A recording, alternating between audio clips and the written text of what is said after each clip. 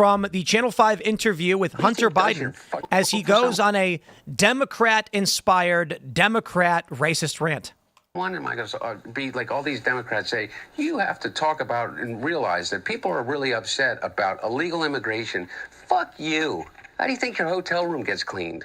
How do you think you got food on your fucking table? Who do you think washes your dishes? Who do you think does your fucking garden? Who do you think is here by the fucking sheer fucking just grit and will that they figured out a way to get here because they thought that they could give themselves and their family a better chance. And he's somehow convinced all of us that these people are the fucking criminals? It's absolutely amazing that he's just like, in all seriousness, literally what the Democrats said in the 1850s is, who's going to pick your crops? Right. Who's going to clean your house? You have no idea. I was just going to say this is filmed on a plantation. The old guy on his plantation lost all his slaves. Poor guy. I do love the part where he also said that his dad was on Ambien while debating Trump. Yeah, unreal. He was just whacked out of his mind. Like as if that's some kind of excuse, right? Yeah. We know it was meth. Hunter Biden says father was on Ambien before disastrous debate. Do you guys know Ambien makes you? They call it it's called what is it called? It causes waking dreams. That's what they call it. Yeah. Oh yes. If you a lot of eating too. A lot of people were eating, like getting up in the middle of the night. A lot of people were like getting up in the middle of the night and like going to the refrigerator, not remembering it, and then find out the next morning that they had eaten all the stuff. Like the food's gone, but they were actually eating it in their sleep. That's creepy. There were people that would intentionally get Ambien, and they would take it in the middle of the day and stay awake, and it causes you to start hallucinating. It's called a waking dream. You're not hallucinating, but you're having a dream while awake because your brain's fried, and then it makes you go insane and ruins your life forever. Or you become president. 4 good years in the White House. 4 good years. Good years. Good Lord.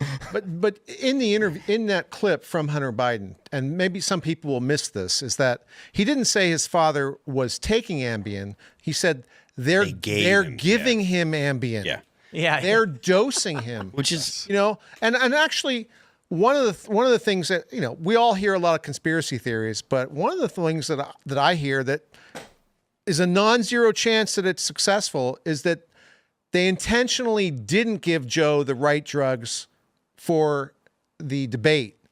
He didn't seem as on as he was. Like every State of the Union, everybody says Joe's going to screw this up. He comes out, he's not fantastic, but he doesn't fail miserably. Like whatever they were dosing him for, State of the Union, he was okay. But at the debate, no. So no bueno. I recently got my dental implant, and the way it works is I had a root canal for 25 years. They got to go. There's nothing you can do about it. And so they extract, painful. Then you got to wait a few months. Then it heals up. Then they put the implant in. Then you got to wait a few months. Then they put the crown in, right? And so I get 3 little bottles. I get ibuprofen for the pain, which I haven't been using because I don't need. And I get amoxicillin for potential infection. But the ibuprofen and the amoxicillin are identical. And so when they give them to me, I took 2 out of each bottle and put them on the counter, and then I was like making a Beam Dream. I think I was taking, right? Those Beam Dream, they're so good, and they sponsor the show, by the way. But anyway, and I looked down, I'm like, which one's which? Oh. And then here's how you figure it out.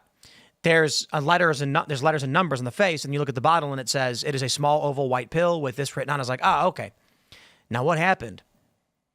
If Joe Biden was getting ready for that debate, and the intern pulled out the meth, the Adderall, and the Ambien, and was like, oh crap, which one is it? And then gave him the Ambien on accident. Stop. Oops. I think they were weaning him off all his drugs for the debate too. I do believe that was the thing because he walked out there. I was so surprised he didn't drop dead at every State of the Union, and he walked out that debate and just sounded awful. But Shane, you know what I'm saying then about State of the Union. Everybody's like speculating he's going to be horrible, and he does okay. He did okay. You could see him sort of decline an hour in. But he walked out there. He was fiery. Remember that was the word. Imagine fiery Biden. Fiery Biden. State of the They Union. put the red behind him for those other speeches, Yeah, that one he was definitely very animated. Yeah. And very convinced that it was a good idea to have that imagery. I couldn't believe that whoever set that up thought that it was a good idea. It's like, man, that is absolutely. What if it was Trump? Hitler-esque. Like backstage, Trump, he's just in there and he pulls out an Ambien and then he crushes it up with the back of a Trump pen, and then he just puts it in his hand and then sprinkles it in the. And there we go. We're gonna have a good night. Then he Even does the a little time bump shift worked himself. against Biden. I mean, that was late at night for him. Yeah. So unless he was at Camp David and they were just like jet lagging him a little bit more each day, Yeah. making it later and later and later. What is up with Democrats and just openly being like, we want slaves? It's their MO. The crazy thing is that they actually openly say it and think that no one is going to, and I'm sure they've heard this criticism, and yet it doesn't register that, hey, you're literally saying we need to keep our cheap labor. Like, I'm gonna say this right now. If at our culture war events, protesters show up, we have a handful of guys that we are ready to plant in their protest to discredit them, and I think it's hilarious if they know, because then they're going to spend all the time trying to figure out who's actually the infiltrator. But the reason I bring this up is I was thinking just like, when Hunter Biden publicly comes out and he was like, we need second-class citizens to do menial labor that I refuse to do. Yeah. I'm like, you sound just like the Democrats have always sounded. it's ridiculous. And I was just imagining, like, what if someone just showed up to a protest for Democrats defending illegal immigration and illegal immigration just like a Klan member, and they're like, no, I'm on your side, and they're like, no, you're not. Like, I completely agree with everything you believe. Like, we do not disagree in any way. And then I was thinking about our event where I think we'll do that. If protesters show up, we're just going to have like traditional Democrats, I'll call them. I told my Make girlfriend. slaves great again. I told my girlfriend she can't go because of the possibility of protesters. We have a special entrance. We have insecurity and everything. But She's pregnant. Right. You know, so. I don't think there's going to be protesters though. But I outright am publicly declaring if protesters do show up, we will have a handful of infiltrators in your protest. Good luck figuring out who is who. The best part is, guess what? If we don't actually do it, how will they know? True. You got to look over your shoulder every second. You do. Any one of those protesters could be trying to defame you. As soon as you look towards the venue, someone's going to pull out a sign, and it's going to say something really, really awful, and they're going to get a picture of you with that sign. You better keep looking over your shoulder. Yeah, I mean, I don't think that there's a better idea than to inform them that the black bloc is not just them.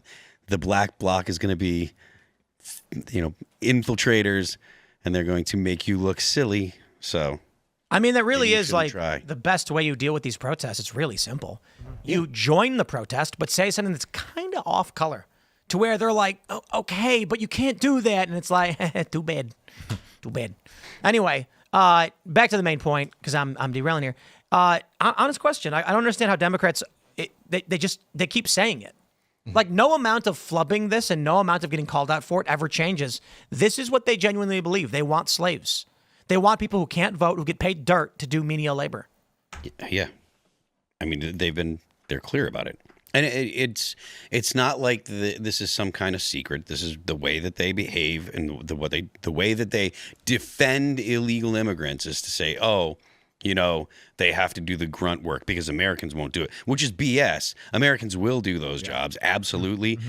And if the way you get Americans to do those jobs is to get rid of illegal immigrants and then make the people that are actually owners of those jobs, make them pay people more, that's a good thing for America. Absolutely. Like the idea that we have to keep these jobs low because I don't want to pay $1 more for my strawberries or what have you. Like, that's really not good. Like, you want to have high wages for people, well, then it requires people paying more at the store to cover those wages. But agriculture is keep in mind there are agricultural visas, so that I don't think that should really apply to like food, because there is an agricultural visa worker program for people coming to that. Those. But but it does exist. All right. So, Okay. but for the other things, like who's going to do your gardening, that's ridiculous. And anecdotally, I've been hearing a lot of reports that there's no traffic in Los Angeles like there used to be. I have been hearing that from real people. People are saying that. I don't think it's just like to the point where now I'm actually believing it. That people are saying, you know, used to look at the traffic and it'd be red, red, red on this and red on that. And if you're from California, you know what a SIG alert is. They don't have the SIG alerts anymore. I think it was the great Patriot Jay I saw on Twitter say he'd heard reports. He's out there and he's been driving. He said it is way better. And I've been hearing it from a lot of other people. I think it is. But then I see people like Charlie Kirk saying that they're going to replace the farm workers with robots. And I don't like that either. Eventually that'll happen. That'll happen. But that's not good. Yes, it is. No, why is that good? Because it's... You're going to take jobs? Listen, take jobs? Listen, it was good when they went from having people with a plow and an oxen to actual tractors, and it will be good when you can have machines do those jobs as well. But you're going to take away a lot of jobs. The tractor took away jobs? Yeah. All those slaves. Look, I'm not a Luddite. I'm not a Luddite. And I'm not a Luddite. And to be honest with you, society has managed to deal with every innovation that we've come up with. There were people that were like, oh, you can't have the printing press because it'll take away all the people that are writing scribes. blah blah blah. Yeah. Poor scribes. That is the same argument that is made every time there's a new technology, and it will be I get fine. it. But the Luddites had a point about they weren't against technology. They were against technology being mass produced and then mass automating them out of a job, which does happen in multiple industries, you know? And I do care about that. Yeah, I also don't want robots doing the plumbing or doing the apple picking. I just want to add to this. None of it matters, but a principal component of the decay is Happy Gilmore 2 is coming out on Friday. And that, if anything, is a sign of the end of times. What is it? That's your harbinger of doom. I have to look at the... I've long made the prediction trailer that... This is absolutely related to what you're talking about with AI takeover. There's no new people. It's true. Gen Alpha is only 40 million, and boomers were 80. So, I mean, this is within a one leap generation, and the population is half. So I made this prediction. As the saying goes, I used to be with it, but then they changed what it was, and now what it is weird and scary, and it'll happen to you too, which will not happen to us. That's what happened to boomers.